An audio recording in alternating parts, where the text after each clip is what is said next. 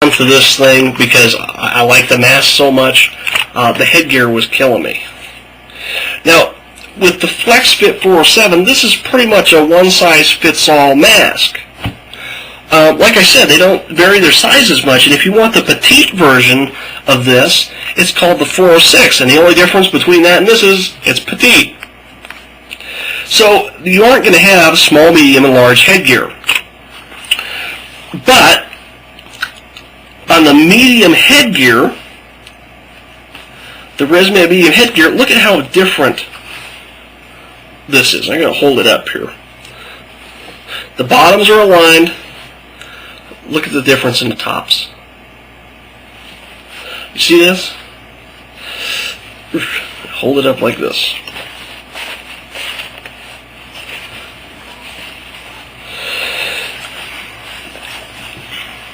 You see the gap in there?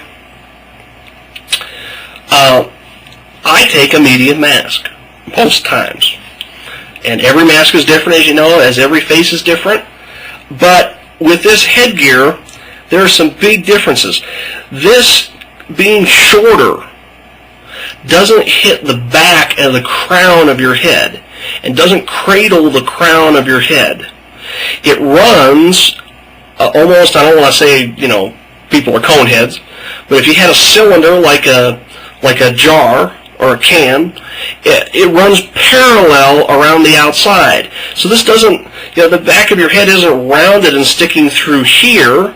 So what you're doing is you're just wrapping this around that that vertical part of your face, as opposed to getting a little bit over the crown of your head and letting this space in here be filled in by, and this will be true here, is that the space in the center will be filled in with the circular nature of your head, but it doesn't extend up to go over the crown.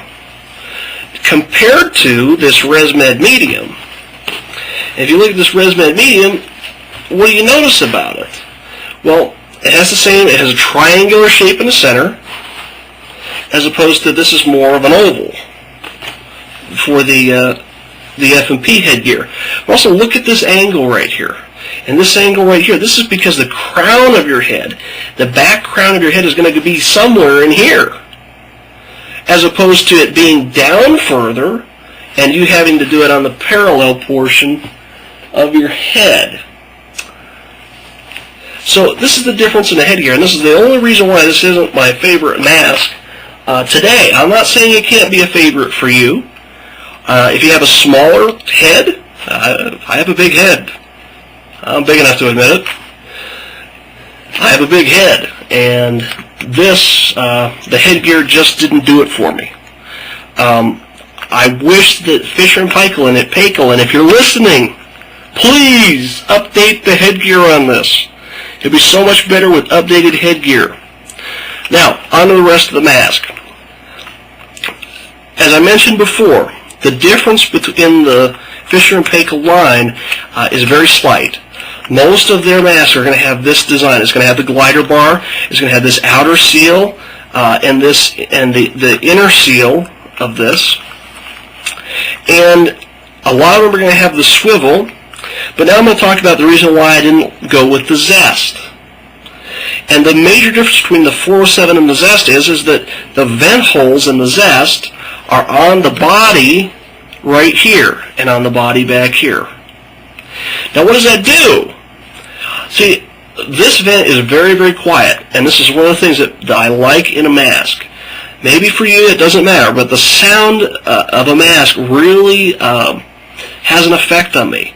I tried a gel nasal mask, and the vent was down here, and it would let out a and it was a hiss, and at times it was a whistle when you got the pressure up there, and, you know, to be honest, I just couldn't take it. This is quiet. This is a good design. Now, the Zest, having the holes, having these same type of holes here, it's also a quiet mask. The only problem is that when you are sleeping at night and your hose goes over your head to go over your pillow and down the headboard to your CPAP, this now is right in the firing line of the vents on the Zest on the side. So it's just like I was to take this mask and put it against, or put your finger out in the front of it in the middle of the night, and it goes, and you hear the air hitting your finger. That's what happens with the Zest with this. So for me, that's why I went with this, even though the Zest and these masks are very, very similar in their line. But this was it for me. So now that I've covered this, this is the real, we're going to flip it over and we're going to get to the business end of this thing, where it touches your face. And at first, though I saw this big and beefy up here, these little, I mean, it looks like a cutout of a round tube. And this little cutout, it really wasn't doing much for me. And by looks, I would have said, wow, that's pretty uncomfortable. You only have one little piece of rubber, and I say rubber, but, one little piece of stuff between you and this beefy, hard plastic. Well, much to my surprise, this is more than adequate to give you cushioning on the top of your head. I mean, you don't need to, you aren't an astronaut strapping into the seat of the space shuttle and having to step on you and pull that thing tight, or you aren't strapping into a race car here.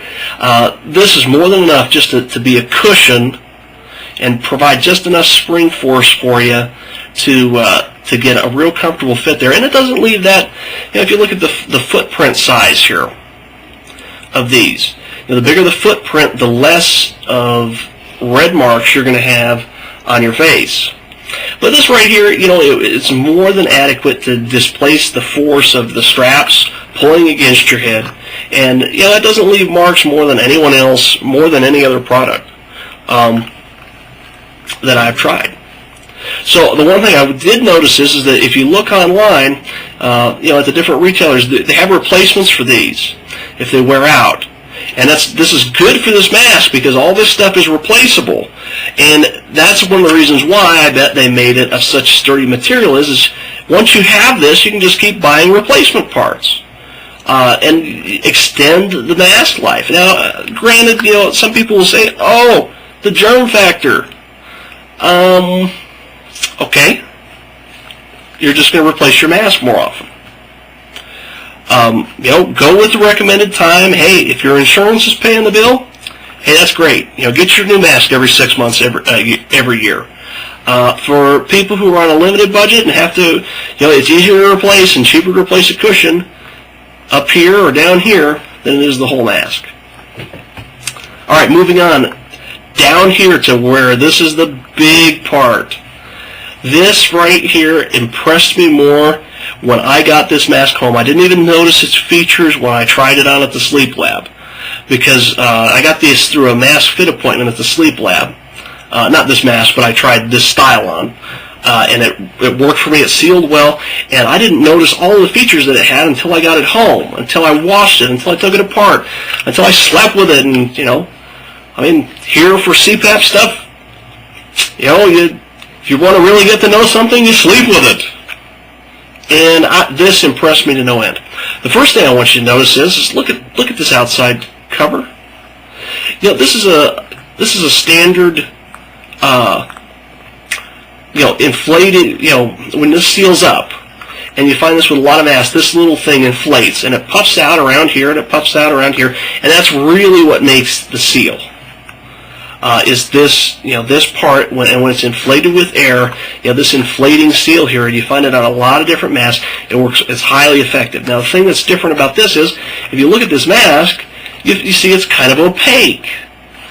And I didn't really realize this until I had worn it for about a week, and I noticed, and I went to wash it, and I was washing my wife's, and my wife is a CPAP user too. She has a Quattro, and I'll show you that. This is one of the cushions for my wife's Quattro. Again, it inflates with air here. Okay, but look at this shiny on the outside. See how shiny that is? That's because this right here